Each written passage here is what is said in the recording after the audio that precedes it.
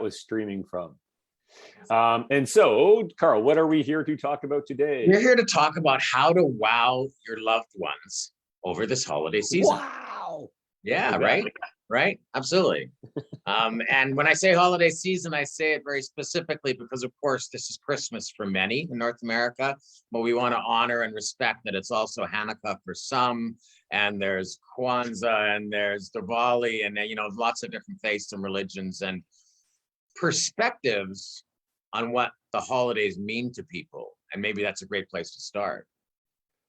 Yes. If I could show a stack of presents behind me and throw them all in the air and do a juggling act with presents, that's usually what this time of year means for a lot of us. Is let's get out there and spend. Yeah, right. And so, what does it mean to people? I mean, there's lots of different things. For some, it is a religious holiday. It's about going to, for the Catholics, midnight mass. Obviously, the celebration is stolen from the pagans and from the different European cultures that have gift giving and card giving and all those things. For a lot of people, it's about family. It's that time where there's this special motivation to get together as a family, and sort of the catalyst for that, which is awesome, right? Gift giving, as Adam suggests, it can become pretty significantly about stuff, which kind of can suck. What else can it be about for some people, Adam? It's about stuffing your face with sugar, lots of sugar. Well, food, the meals, the food, the turkey dinner. And I guess a part of that stems from the idea of gratitude, right? Being thankful for, saying grace for this big feast and the lovely ability that we have in the Western world and in the richer countries to not have to worry about having enough food, to be able to go out and make whatever we want for a meal. I mean, what a blessing that is, right? No, there is the gratitude piece of that as well, for sure. And being in service. I know for a lot of people, this is the time of year and where we do charitable things, whether it's donating our time at a shelter, a food bank, at some sort of a drive to support others in greater need than ourselves, to be in service financially. If you don't have the time to give the money that you make, that you earn to people less fortunate. And I'm recognizing that there's a lot of people, when we're all excited about family and getting together over Christmas, there's a lot of people that don't have family. There's a lot of people that get really lonely this time of year because they see everyone else really being happy. They're seeing everyone else really being coming together and having parties and family get-togethers when they don't have that or no access to that. So there's that side of it. But I think what you raised first off is kind of what the challenge of Christmas for me, right? Is that commercialism. Yeah, it tends to pull away our attention and our focus from the possibility of holding space for the more nourishing part of what the holidays are meant to be. Right on. Yeah. And when we do our decorations and our Christmas lights and buying presents, I've gone through life, I think, with this anxiety within me. I don't know if this is just me, maybe it is, but I'm sure it is. I hope I got that person what they wanted, or I hope they'll like the gift, or did I spend enough money on them? And, I didn't get a card for this person, but I just got a card from them in the mail. Oh no, what are they going to think? This commercialism almost creates stress and anxiety around the holidays instead of representing what we hope that it represents. When we gift something or give someone a card, it's intended to be an expression of love and caring, right? Yeah, and I see it in myself too. Thinking about what did I do last year, and I have to make sure I top what I did last year. Oh my goodness, yeah. Which we did. We did that this year because we got our puppy, and that was kind of like, part of that was like, oh, I don't have to think of all these gifts I have to get everybody because we got the pup. But yeah, there's an element of that where it's like I have to do better, I have to do more, I have to give more. And I see it as parents too with how we're teaching our kids this time of year. and how quickly they would go through presents, and it's like unwrap it and unwrap it, get the big rush. Okay, done with that one. Where's my next it's one? crazy, Okay, isn't where's it? my next one? Where's my next one? And there's not a Yeah. lot of love and nourishment in that. It's all that adrenaline rush that we already know it's not the healthiest place Yeah, to and like you be just from. said, it's escalating. It's like it has to be more. And Yeah. yeah, it doesn't feel good. It feels, and then you rip open all the presents, you spend all this money, you've done this huge turkey dinner that takes you a day and a half to prepare, and then boom, it's over, and it's like boom. Yeah, we missed out on the fulfillment side. Fulfillment. Yeah. That's right. Yeah. Yeah, And, there's an element to that we still like. I get that there's like this beautiful communal experience that happens for many, but the deepness, the deep connection, the deep really being present in the moments with each other is often missing. yeah. So anyway, just a reminder, if you are watching this on YouTube, give us a like if you like what you're hearing at the Click bottom. subscribe. Give us a comment and subscribe wherever that button is. We've got lots more stuff on here that might be interesting for you to watch and listen to. So what we're here to talk about today is how to wow our loved ones through the holidays. Yeah. How to bring some joy to their heart, right? And I think everyone's pretty aware of this, but maybe not. Adam, what would you suggest if you really want to show your love this holiday season? What would I suggest? I think there. Well, for me, there's an element of this where it's just being extremely present in the moment with somebody, and having a trust in that outside of your expectation or your perception of their expectation of you, meaning like, oh, I'm supposed to get a gift right now, or I'm supposed to have this happen, or so. If you can just in your own space, just be present in and engulfed in your love and empathy for that other person, that's the greatest gift we can possibly give. Beautiful. And there's so much expansion of that, but at its simplest form, which I think you just spoke to, is in the moment. Because in this life we live right now, we're so revved up and we're so stressed and anxious and so much going on. It's so difficult sometimes just to be in this moment.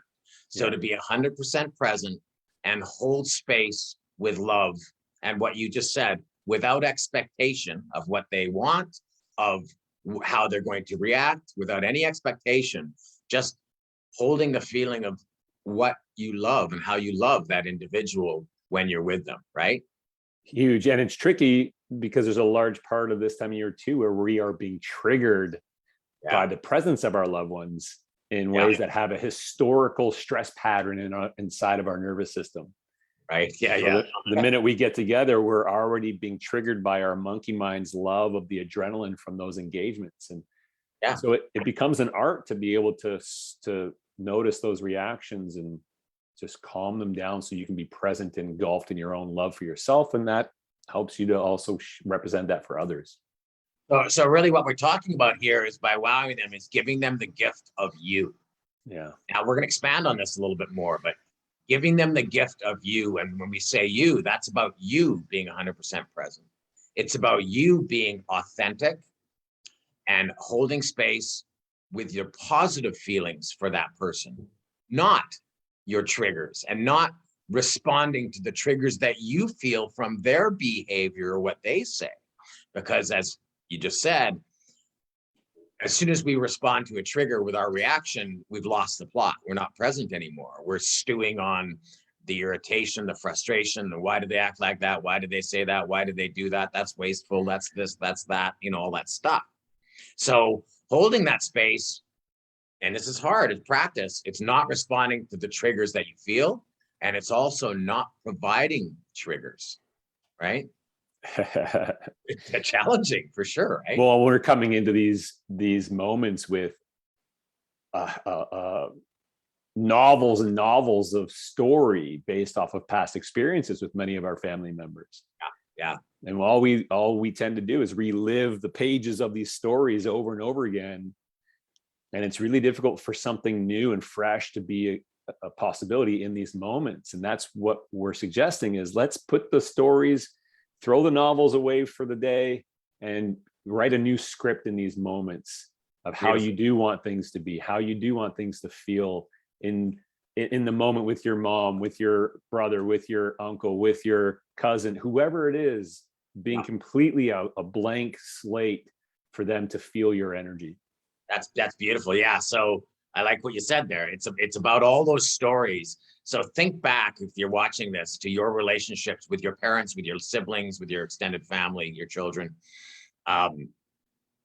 Notice the pattern that when we get together, Auntie June is always bitching about this, and Frank's always drunk by noon, and blah blah, blah blah blah. Adam ate all the cookies again. Adam ate all the cookies again, and he doesn't even look like he feels any shame. All of that stuff. And some of it's fun, some of it's lighthearted, and some of it's Bob's like Bob, whatever.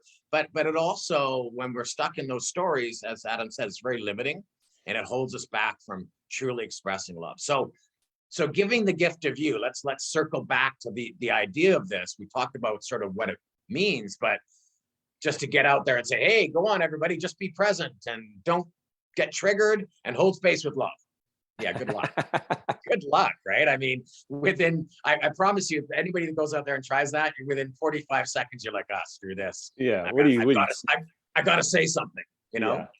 And we're not telling you that you got to sit in meditation at your dinner table now either. That's not, So here's this. We're going to give you a structure, and then we're going to give you a tool to do this. So choose an evening, a weekend, a day, maybe it's a morning, whatever that period of time is. Maybe you've got an activity planned with the family. You're all going to cut down a tree or go skiing or make dinner together, or maybe it is the dinner itself. So be intentional about this period of time. I am choosing to be totally present, non-judgmental, not going to trigger, going to just express my feelings of love and accept anything that comes towards me with love and compassion. Okay, so that's the first thing. Choose your time. So you're intentional. So you're telling your subconscious, you're telling yourself, this is how I choose to be. Then, of course, we're going to offer complete attention with no expectations. Even if the other person's going sideways and in distress, maybe they're crying, maybe they're upset, frustrated. If we're sitting there and holding space for them to feel their feelings and just being in love for them, that's a gift, right? So we're going to have no expectations. And then we're going to suggest that you take that opportunity to express your love. And as I'm sure you're going to say, Adam, the best way to do that is with your energy and with your feelings, right? Just feel the love. Yeah. Right.